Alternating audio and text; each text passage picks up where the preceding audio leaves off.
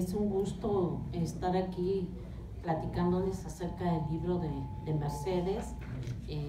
Mercedes fue mi directora de tesis de maestría ya hace un buen número de años y me sorprende realmente siempre encontrar algo nuevo en ella. A la hora de revisar el libro me doy cuenta de muchos aspectos que no conocía y que a la vez reconozco completamente. ¿Sabes? Es que yo creo que choca con este, ¿no? ¿Sabes que va a marcar? Ajá. A ver ahí. Sí, ¿verdad? Sí. Bueno, Maru y yo nos dividimos un poco el libro porque es bastante amplio.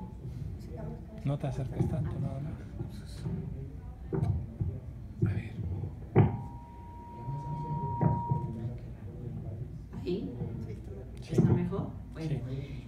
Entonces, yo voy a rescatar una parte de su trayectoria de investigación que tiene que ver, por un lado, con hacer visible el trabajo doméstico, el trabajo de cuidados que realizan las mujeres en sus hogares. Y por el otro lado, con el tema permanente a lo largo de la trayectoria de investigación de Mercedes Pedrero, que es el tema de los conceptos, el tema de la medición y los aspectos de clasificación cuando queremos dar cuenta de las condiciones en el mercado de trabajo. En esa larga trayectoria, Mercedes, como bien decía María Eugenia de la O, es pionera en muchos aspectos. Tiene trabajos pioneros de la década de los 70. En 1977 ya publicaba algo que ahorita es absolutamente discutido y vigente, que tiene que ver con la importancia de lo que le llamamos el trabajo no remunerado, y que en aquel entonces no se llamaba así, se llamaba la participación femenina en actividades y los presupuestos de tiempo, como ella le denominaba su artículo. Pero también, como les decía, desde siempre Mercedes se ha preocupado por el concepto trabajo y nos ha puesto en la mesa de debate que este concepto es un concepto con permanente revisión a lo largo del tiempo. Eso es muy enriquecedor en la discusión del libro. En la tercera sección, que tiene que ver con los aspectos conceptuales y metodológicos y de clasificación, ella atiende, son 4 capítulos que se publican desde 1992 hasta 2014 y pasa por diferentes aspectos y discusiones teóricas, desde la subutilización de la mano de obra, el tema que tiene que ver con qué posición tenemos en el mercado de trabajo, si somos trabajadores asalariados, si somos cuenta propia, si somos familiares no remunerados, si somos trabajadores empleadores, etcétera. Y ella nos da un panorama de esa situación. Pero por el otro lado, ella ha participado en las clasificaciones de diferentes caracterizaciones de lo que es el trabajo. Ella básicamente ha participado en las clasificaciones de lo que son las ocupaciones en nuestro país. Hay una clasificación mexicana de ocupaciones, que es donde participó Mercedes y nos comparte esta discusión, pero también en la discusión que tiene que ver con cómo clasificamos diferentes actividades que realizamos a lo largo de la vida, las que se clasifican ahora en las encuestas de uso del tiempo, y que ella tiene toda una discusión al respecto. También en la discusión de los conceptos, ella se plantea también cierto tipo de indicadores que usamos para discutir las desigualdades de género, como decía Maru. Y esas desigualdades de género atraviesan por indicadores centrales, como son la segregación ocupacional por sexo, y nos habla de las dificultades cuando usamos este tipo de indicadores, y dependen también del grado de las agregaciones que usamos para medirlos. En esa tercera sección hay un elemento importante que nos dice Mercedes. Dependiendo de los criterios que se adopten, se pueden ocultar o evidenciar rasgos importantes de las variables que vamos a utilizar.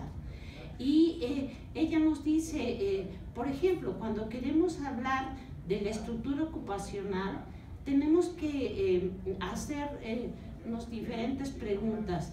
¿Cuánto se debe al crecimiento de población si lo estamos comparando a lo largo del tiempo? ¿Cuánto se debe al cambio en la estructura económica dado por los cambios en las distribuciones por ramas de actividad? ¿Y cuánto se debe o se podría atribuir ese cambio a la distribución técnica de las ocupaciones al interior de las ramas por los cambios tecnológicos? Entonces, ella siempre pone en debate lo complejo que es un solo concepto, un solo indicador, y hacer aceleraciones acerca de cambios que a veces hacemos de una manera muy simple, pero no sabemos todos los componentes que incluyen dichos cambios. Por el otro lado, también ella nos dice que esa clasificación mexicana de ocupaciones tuvo retos, nos cuenta los retos y nos plantea que uno de los retos tiene que ver con la realidad misma. Clasificar ocupaciones es un problema porque a veces se justaponen modos de producción diferentes. Coexisten unidades domésticas basadas con trabajadores con cuenta propia y familiares no remunerados, con todo lo que tiene que ver con la compra-venta de fuerza de trabajo más general. También nos señala Mercedes que hay otras relaciones laborales que son difíciles de clasificar porque son complejas las relaciones. Por ejemplo, nos pone en debate la rama de la construcción y nos dice, en esa rama de la construcción estamos acostumbrados a ver relaciones que tienen que ver con cadenas de subcontratación muy amplias, pero también con esta situación que impera en esta rama que tiene que ver con contratar a la obra por jornadas determinadas de trabajo. Entonces, toda esta riqueza de pasar por conceptos, pasar por problemas de medición, comparabilidad a lo largo del tiempo, la tienen en la tercera sección. De hecho, Mercedes ha sido fundamental en lo que son las encuestas de empleo en nuestro país. Básicamente ha participado en todas las encuestas de empleo, ha participado también en las discusiones de las encuestas de uso del tiempo, y una de las cosas que quisiera rescatar del trabajo de Mercedes es que ella, cuando solamente le poníamos acento a lo que ahora le denominamos trabajo remunerado, lo que es la fuerza de trabajo, ella ya se preocupaba por esta combinación o la necesidad de articular actividades no remuneradas y actividades remuneradas a las mujeres. Y ella lo que permitió que nuestras encuestas de empleo de las décadas de los 80 ya tuvieran preguntas que en ninguna otra encuesta tenía, porque ella logró que pudieran preguntarse cuánto tiempo le dedicaban las personas a quehaceres en su hogar, a atender niños y ancianos y a atender a enfermos. Eso no pasaba, no se preguntaba en las encuestas de empleo porque se pensaba en el trabajo remunerado, pero en la necesidad de hacer este tipo de preguntas cuando se quería dar cuenta de lo que es el trabajo, la participación económica femenina. Y hasta el momento, hasta las encuestas más recientes, esas preguntas siguen existiendo en los cuestionarios, y Mercedes ha aportado a lo largo del tiempo preguntar de manera más específica ese tipo de actividades, desagregando cierto tipo de actividades que hacen darnos cuenta de que la participación de hombres y mujeres en el trabajo no remunerado también es diferencial. Bueno, la sexta sección está dedicada a lo que es el trabajo no remunerado. Como les decía al principio, Mercedes es pionera en esa discusión. Desde 1977 se preocupa por el tema del trabajo no remunerado. En los 80 se escribe sobre el valor económico de las actividades domésticas, se hace un ejercicio importante todo el inicio de este siglo y hasta el momento actual nos presenta en la antología 4 capítulos que tienen que ver con el trabajo no remunerado. Uno de ellos tiene por título Sabia virtud de conocer el tiempo. Siempre es muy creativa en ponerles títulos llamativos, el uso del tiempo en función del género.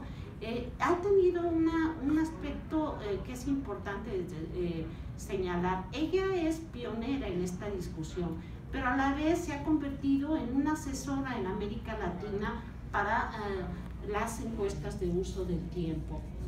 Y eso le ha permitido tener a la mano desde la construcción del dato hasta las bases de datos para hacer ejercicios comparativos. Por ejemplo, tienen capítulos que podemos comparar lo que es el valor de trabajo no remunerado en Ecuador, en México y en Perú. Y por el otro lado también tienen capítulos que ella pone en contraste lo que pasa con México y lo que pasa en Europa en términos de los usos de tiempo.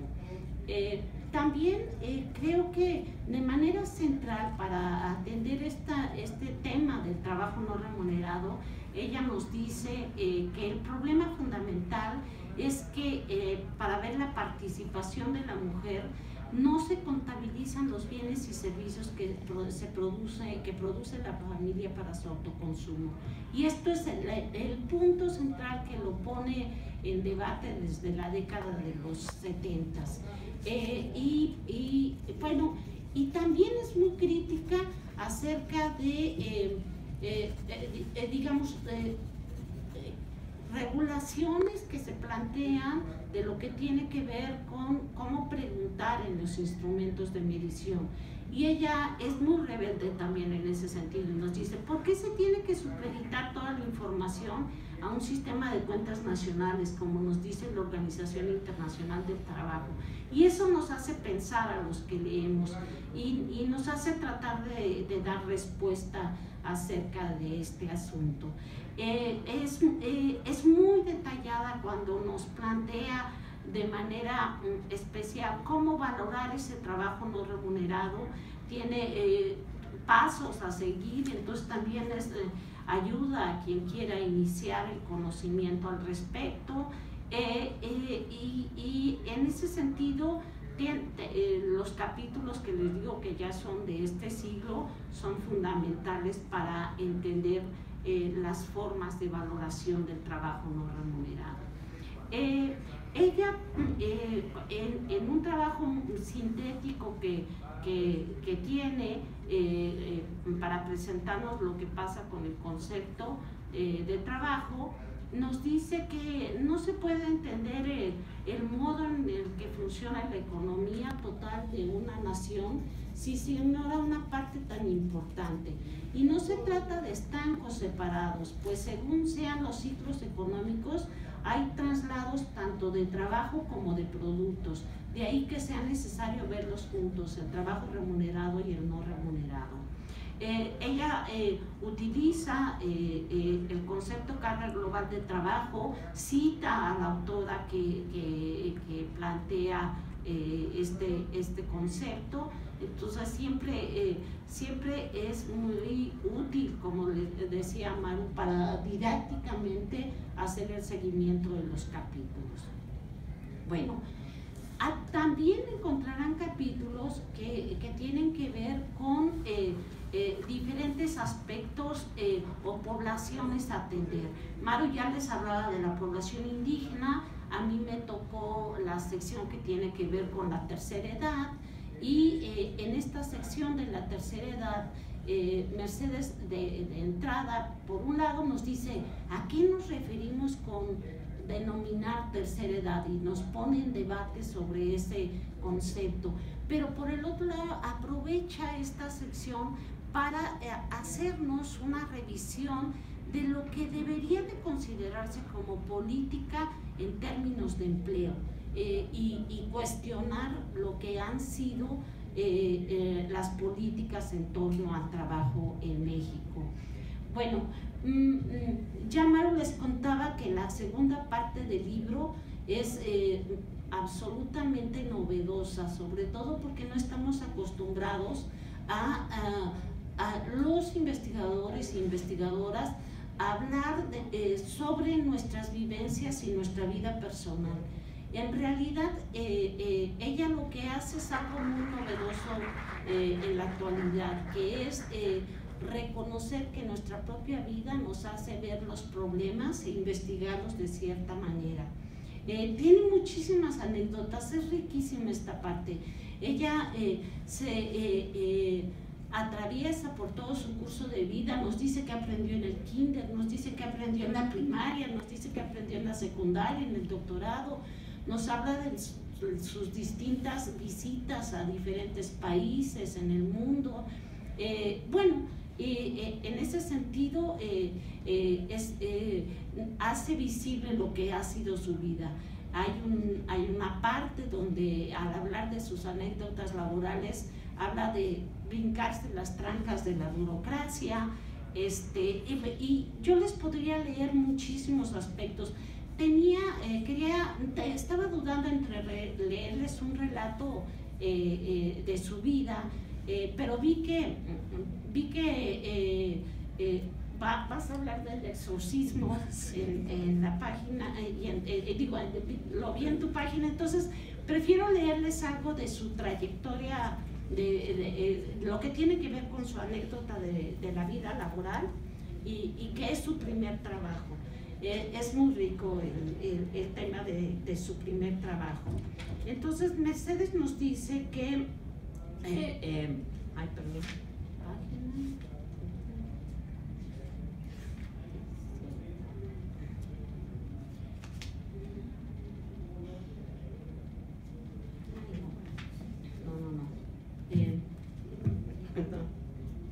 hay otra cosa que les quiero a ver si lo encuentro. El primer trabajo, es que no la anoté bien. Les quiero contar perdón